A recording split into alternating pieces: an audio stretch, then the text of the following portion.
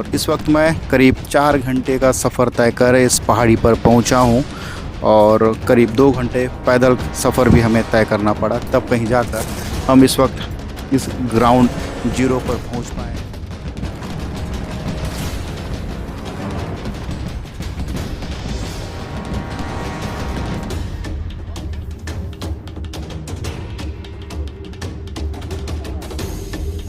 देख लीजिए गोलियों के निशान, चारों तरफ जितने जो पेड़ हैं उन पेड़ पर आपको ये देखने को मिलेंगे। जिंदा ग्रेनाइट है, इसे छूना बेहद ख़तरनाक है क्योंकि ये इसका पिन निकला हुआ है, तो मौके पर ये बड़ा ब्लास्ट कर सकता है। ये देखिए, सुकमा पुलिस को कल एक बड़ी सफलता मिली है। माओवादियों के खिलाफ एक बड़ा ऑपरेशन लॉन्च किया गया था जिसमें 10 माओवादियों को पुलिस ने मार गिराया है। इस वक्त हम ग्राउंड जीरो के लिए निकल गए हैं और आपको बताते हैं कि किस तरह से जवान इन इलाकों में माओवादियों के खिलाफ ऑपरेशन लॉन्च करते हैं और किन परिस्थितियों के साथ उन्हें इन इलाकों में उन्हें परेशानियां होती हैं। माओवादी इलाका होने की वजह से यहाँ प्रशासन की पहुँच नहीं हो सकी है, लेकिन बीते कुछ सालों में शासन प्रशासन के अथक प्रयासों के बाद सड़कों का काम हुआ है। नक्सल प्रभावित इलाकों में नए कैंप खोले जा रहे हैं और इसकी वजह से ही आज नक्सलवाद का जो दायरा है वो घटते जा रहा है और लगातार पुलिस को सफलताएं मिल रही हैं। कल भेज्जी थाना क्षेत्र के भंडारपदर की पहाड़ी पर एक बड़ा मुठभेड़ हुआ जिसमें माओवादी संगठन के बड़े नक्सली कैडर मारे गए हैं और आपको आज इस रिपोर्ट में हम बताने की कोशिश करेंगे कि सुरक्षा बल के जवान, डीआरजी और छत्तीसगढ़ पुलिस किस तरह से माओवादियों के खिलाफ ऑपरेशन चलाती है और इन इलाकों में जब ऑपरेशन चलते हैं तो उन्हें किन परिस्थितियों से गुजरना पड़ता है और क्या चैलेंजिंग होती है जब ग्राउंड पर ये जब पहुंचते हैं। तो आइए हम आपको आज पूरी कोशिश करेंगे भंडारपदर के उस इलाके तक पहुंचने की जहां माओवादियों के साथ एक बड़ा मुठभेड़ हुआ और एक बड़ी सफलता मिली है। सुकमा ज़िले में ये अब तक की सबसे बड़ी सफलता है, जिसमें इससे पहले भी नुलकातों में एक मुठभेड़ ज़रूर हुआ था, लेकिन किसी तरह के हथियार बरामद नहीं हुए थे। लेकिन इस मुठभेड़ में 3 आधुनिक हथियार बरामद किए गए हैं। इसके अलावा कंट्री मेड वेपन्स भी बरामद किए गए हैं। आपको मैं एक दिखाने की कोशिश करूंगा मेरे वो कैसा है और किन हालत वाहन 2 पहिया वाहन को चलाना पड़ रहा है। देखिए, पगडंडी भरा रास्ता है। यहाँ से कुछ दूरी पर जाने के बाद ये रास्ता भी ख़त्म हो जाएगा। उसके बाद हम लोगों को पैदल ही उस पहाड़ी तक पहुंचना है। तो आप समझिए कि रिपोर्टिंग के लिए हम यहाँ पहुँचे हैं, बाइकों में पहुँचे हैं, लेकिन जब जवान इन इलाकों तक पहुँचते हैं तो उन्हें कितनी परेशानियाँ होती हैं तो आप समझ सकते हैं। ये जो इलाका है बेहद नक्सल प्रभावित इलाका, माओवादियों का कब्जा रहा है और भंडारपदर के पहाड़ी पर जिस मुठभेड़ में बड़ी सफलता मिली है उसको अंजाम देने के लिए डीआरजी के जवानों ने बड़ी मेहनत की है और 60 किलोमीटर पैदल चलकर 4 रातें जंगल में गुजारने के बाद ये सफलता मिली है और भंडारपदर के पहाड़ी में पहुंचने के बाद सुरक्षा बल के जवानों ने घेर कर माओवादियों को मार गिराया। आप एक और मैं आपको तस्वीर दिखाने का, ये इस तरह के रास्ते होते हैं और इस रास्ते से ही हमें पार करना होता है।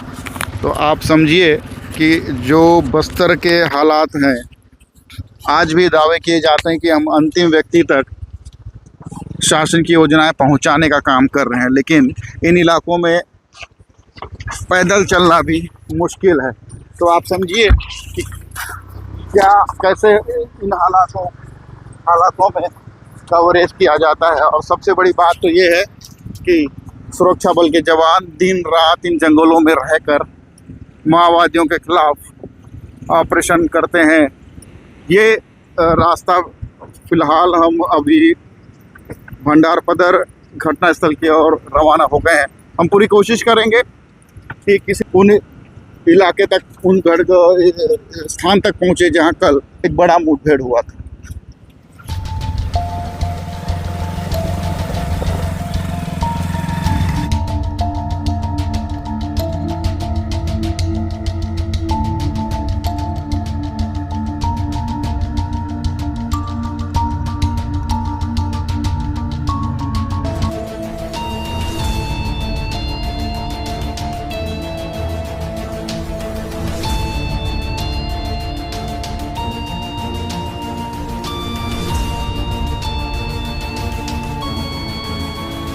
इस वक्त मैं ग्राउंड जीरो पर हूँ। ये ग्राउंड जीरो कल हुए मुठभेड़ के बाद यहाँ हम पहुँचे हैं और ये घटना स्थल भंडारपदर की पहाड़ी पर जो मुठभेड़ हुआ था, जिसमें सुरक्षा बलों ने 10 माओवादियों को मार गिराया था और उस मुठभेड़ में एक बड़ी सफलता सुरक्षा बलों को लगी और 10 के 10 माओवादियों के शव बरामद कर लिए गए और मौके से 3 आधुनिक हथियार जवानों ने बरामद किया। और इस वक्त मैं करीब 4 घंटे का सफ़र तय कर इस पहाड़ी पर पहुंचा हूं और करीब 2 घंटे पैदल सफ़र भी हमें तय करना पड़ा, तब कहीं जाकर हम इस वक्त इस ग्राउंड जीरो पर पहुंच पाए हैं। भेज्जी और किस्टारम की सरहद पर ये बसा ये इलाका आता है और आप देख लीजिए चारों तरफ घना जंगल और पहाड़ आपको नज़र आएंगे और इस पहाड़ पर ही माओवादियों ने कैंप कर 4 दिनों से यहाँ पे बैठे हुए थे और किसी बड़ी घटना को अंजाम देने की योजना थी और आसपास के जो नक्सली हैं, जो छोटे कैडर के जो हैं नक्सली, उन्हें एकत्रित कर एक बड़ी घटना को अंजाम देने के लिए योजना बनाई जा रही थी और इसी इलाके पर माओवादी कैंप किए हुए थे।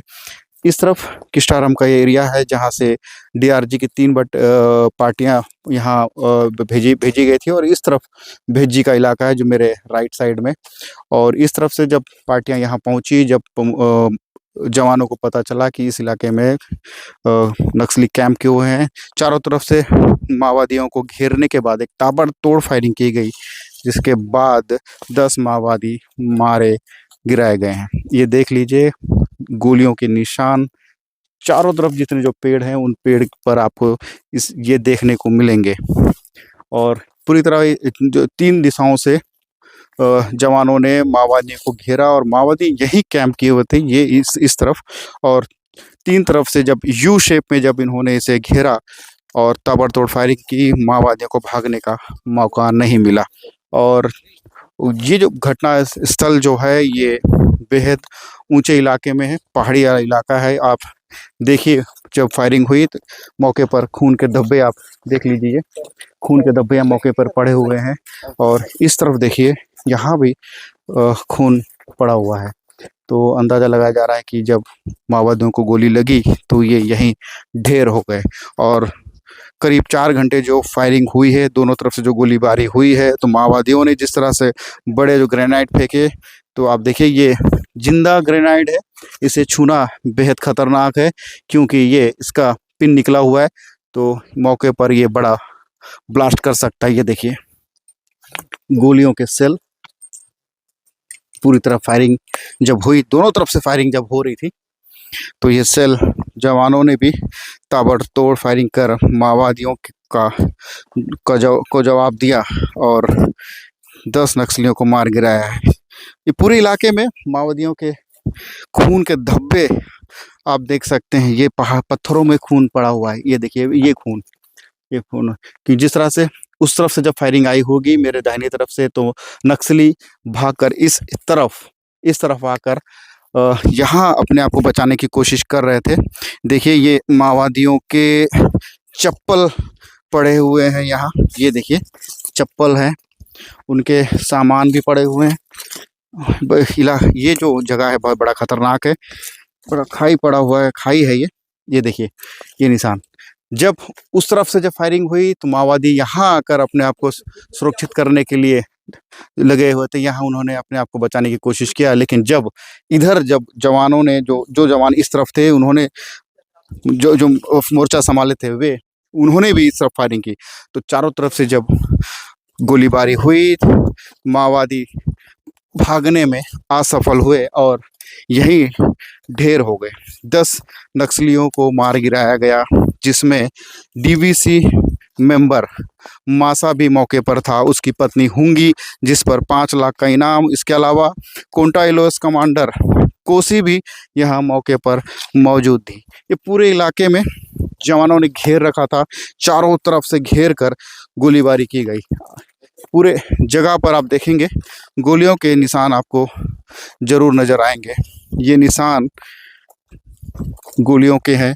और ये पूरा इस तरफ मैं आपको दिखाना चाहूँगा, ये जो इस तरफ जो है ये पूरा ये जो एरिया है ये खाई है, जवान इसी तरफ से आए और ये चारों तरफ से इसको घेर लिया और घेराबंदी करने के बाद माओवादियों के ऊपर जमकर फायरिंग की और जिसमें नक्सली भागने में नाकामयाब हुए और ढेर हो गए। 3 आधुनिक हथियार जिसमें एक SLR, एक इंसॉस और एक AK-47 बरामद किया गया है। इसके अलावा कंट्री मेड वेपन्स भी हैं।